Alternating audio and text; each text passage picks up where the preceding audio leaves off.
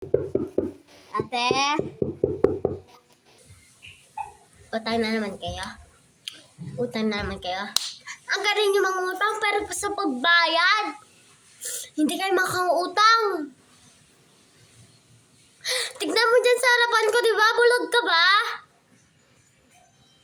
Ay. Tignan mo. Bawal na mangutang. Sorry na lang. Kung pinagsabihan kitang bulag. Sorry. Pero bawal na kayo mangutang. Utang kayo ng utang pero wala naman kayong pabayad. Magaling kayo mangutang pero sa pagbayad, hirap na hirap kayo. Ang dadamot nyo sa pera. Pero kami, alam niyo yung utang nyo? 2K na. 2K. Naman kasi.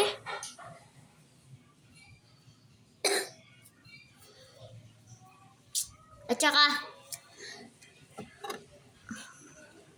ulit-ulit lang ako. Ate, please. Kahit ano lang, te. 2 chocomucho, 2 beng-beng, 1 magic sarap. Hay nako. Pia, tigilan mo ako dyan. Hindi mo ako madadaan sa ganyan mo, ha? Alam ko na yung ginagawa mo. At saka, huwag mo ka matawag-tawag na ate. Tignan yung mga paninda ko, oh. Unti na lang kakautang nyo.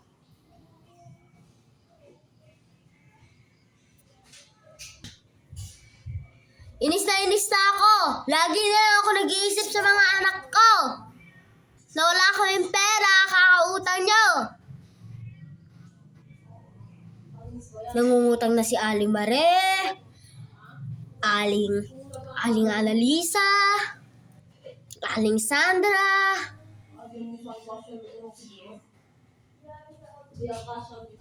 Aling Birot.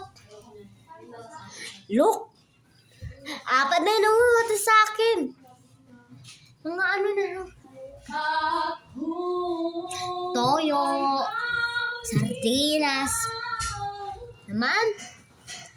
At saka mo.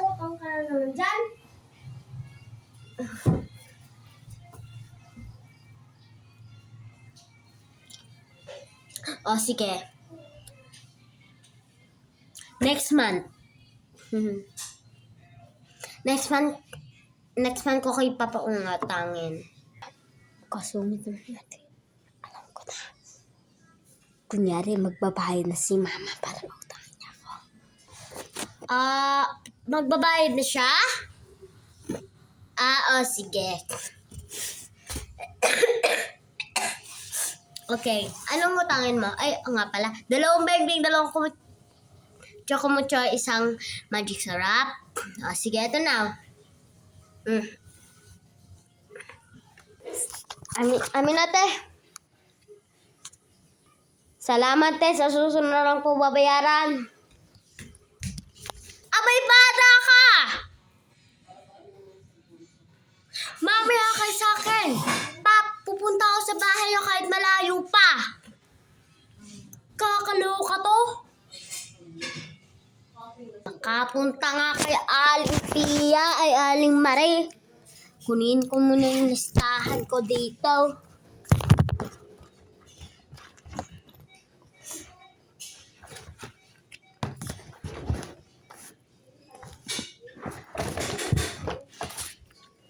Lapis at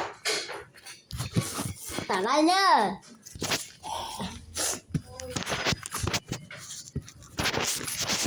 Yan, ano tayo? Wait nga.